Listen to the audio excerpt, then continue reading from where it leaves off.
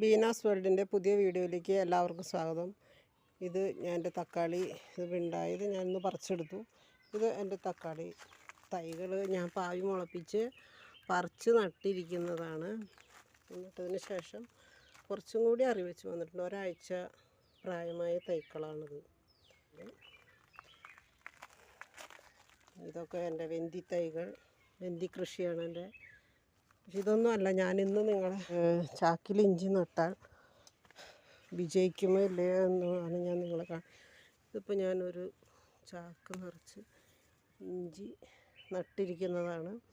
അപ്പോൾ ഇന്ന് ഞാൻ നേരത്തെ പറിച്ചെടുത്ത ഇഞ്ചിയാണ്. അത് ഞാൻ വേറെ ചെറിയ ചാക്കിൽ നട്ടിരുന്നതാണ്. അപ്പോൾ അത് ഞാൻ കറക്കിയൊക്കെ അതിൽ നിന്നെടുത്ത് അത് കുറച്ചേ ഉള്ളൂ. ഇപ്പം ഞാൻ ഈ ചാക്ക് മുറിച്ച് നോക്കുവാണ്. കണ്ടോ, ഇതാണ് ഞാൻ ഇപ്പോൾ ചാക്കിൽ ഇഞ്ചിയാണിത്. നോക്കൂ, ഞാൻ ആ മഴ സമയത്ത് നട്ട ഇഞ്ചിയാണ്.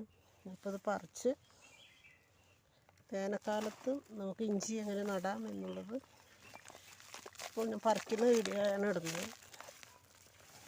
മറ്റൊരു വീഡിയോയിൽ കാണിക്കുന്നതാണ്.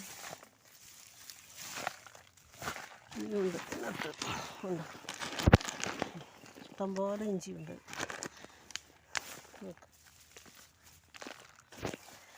ഒരു ചാക്കിൽ നട്ട് നമുക്ക് ഇഷ്ടംപോലെ നമുക്ക് ഇഞ്ചി വിളവെടുക്കാൻ സാധിക്കും.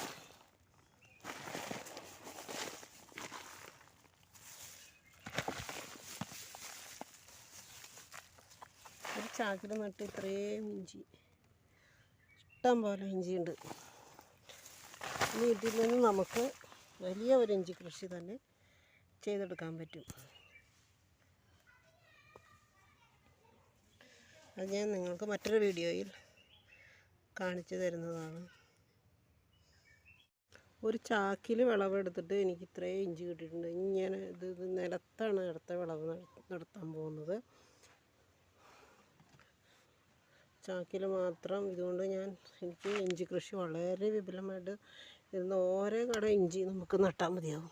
ഇത് ഞാൻ ഒരു വളവും ചെയ്യാതെ വെറുതെ ചാക്കിൽ നട്ടതാണ്.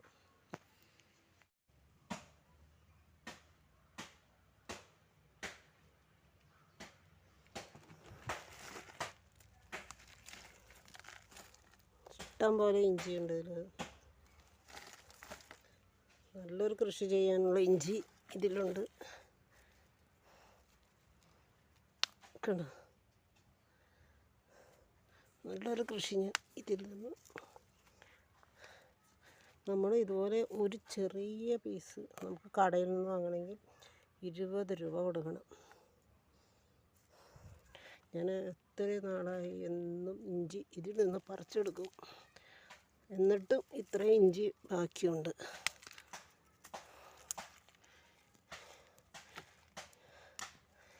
ഞാൻ മണ്ണിൽ ഇഞ്ചി കൃഷി ചെയ്യും. അടുത്ത കൃഷി ഇതിപ്പോൾ ഒരു കട ഇഞ്ചി, ഇത് ഒരു കഷ്ണം ഇഞ്ചി. അപ്പം നമ്മൾ ഇതുപോലെ മാന്തിയിട്ട്, അപ്പോൾ ഇതിൽ അടിവളം ഒന്നും ചെയ്തിട്ടില്ല. ഇതിപ്പോൾ ഞാൻ ഇതിൻ്റെ മുളയൊക്കെ വന്നു തുടങ്ങുമ്പോൾ കുറച്ച് എല്ലുപൊടി അങ്ങനെ എന്തെങ്കിലും ഇട്ട് കൊടുക്കും.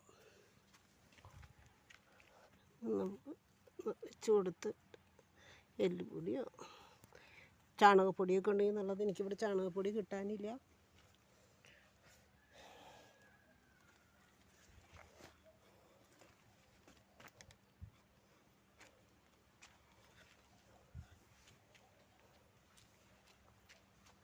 ഇത് എൻ്റെ ബജ്ജിമുളകിൻ്റെ തൈയാണ്.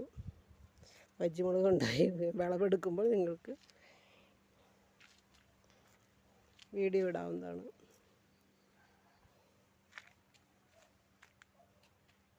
മറ്റേ പാവല കൃഷി, ഞാൻ വിത്ത് പാവി മുളപ്പിച്ച് എടുത്ത പാവലം.